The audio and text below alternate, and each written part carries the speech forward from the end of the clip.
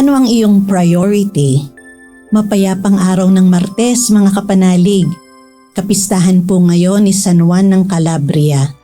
Ito po si Sister Rose Agtarap ng Daughters of St. Paul para sa mabuting balita. Magnilay po tayo sa Ebanghelyo ngayon.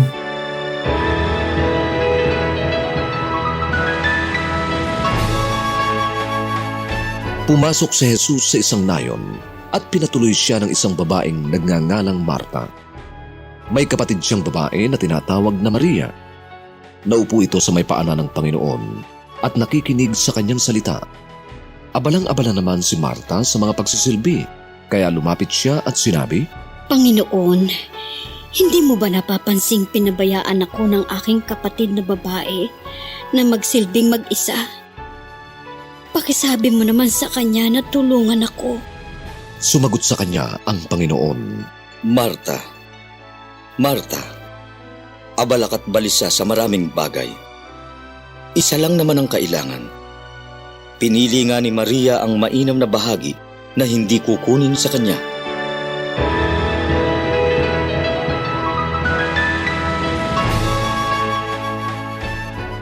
Panginoon, hindi ba mahalaga sa iyo na iwanan ako ng aking kapatid na naglilingkod na mag-isa? Sabihin mo nga sa kanya na tulungan ako. Sa mga sitwasyon na ganito, kung tayo ay nasa handaan, nagpapasalamat tayo sa taong naghanda, nag-asikaso, nagluto. Nasisihan tayo. Pero iba ang sinagot ng Panginoon kay Marta. Marta, Marta, ikaw ay nababalisa at nababagabag sa maraming mga bagay. Mayroong isang kinakailangan at pinili ni Maria ang mabuting bahagi na hindi makukuha sa kanya. Ibig bang sabihin nito ay binabaliwala ni Jesus ang ginagawa ni Marta? Hindi po. Subalit, mukhang ang nakabahala kay Jesus ay ang nais ni Marta na itigil ni Maria ang pakikinig kay Jesus. Iwanan ito at maging abala sa gawaing bahay. Tinutukoy ni Jesus ang relasyon ni Maria at nating lahat sa Kanya na ating Panginoon. Ano ang ating priority? Kasama ba si Jesus sa ating mga plano, gawain, communication, relationships, mga problema? O araw-araw na lang tayong abala sa maraming bagay na nakakaligtaan na si Jesus na ang sentro ng lahat ng ating gawain? Ang pagharap at pakikinig ni Maria ay isang panalangin, relationship with God. Sa katahimikan, nakikinig tayo sa sinasabi sa atin ni Jesus. Nakikilala natin siya at nagkakaroon tayo ng gabay at liwanag kung ano ang kanyang kalooban para sa atin.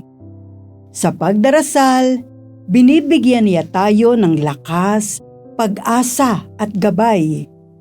Kaya tayo nagiging matatag sa mga pagsubok sa buhay dahil may ugnayan tayo sa Panginoon at may kinakapitan tayo. Manalangin tayo. Panginoon, alisin mo po ang anumang nakakahadlang na gawin kitang priority ng aking buhay. Sana po ako at ang aking pamilya ay unahin kayo sa aming buhay. Huwag mo pang itulot na malimutan ka namin dahil sa dami ng aming pinagkakaabalahan. Bagkus ilagay namin sa iyong mga kamay ang lahat ng aming isipin at gawain. Amen. Mga kapanalig, suportahan po ninyo ang aming misyon. Subscribe, like, and follow Paulines sa aming social media accounts. Tulungan niyo po kaming maipagpatuloy ang programang ito at ipadala ang inyong donasyon sa aming donations channels. Kasama pong lagi ang inyong mga intensyon at kahilingan sa aming panalangin araw-araw. Ito pong muli si Sister Rose na nag-aanyaya sa inyong manalangin sa ating mahal na Inang Maria. O mahal na Birhen ng Santo Rosario, pakinggan mo po ang aming mga kahilingan. Sa bawat panalangin namin sa mga butil ng Santo Rosario, madama nawa namin ang iyong makainang pagmamahal at pag-aaruga. Inilalapit po namin sa iyo ang aming kahinaan, kasalanan at kakulangan, ang aming mga suliraning, sakit at kalumbayan. Umaasang ang lahat ay idudulog mo sa iyong anak na si Jesus.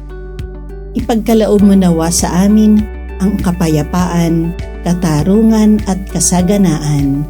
Amen.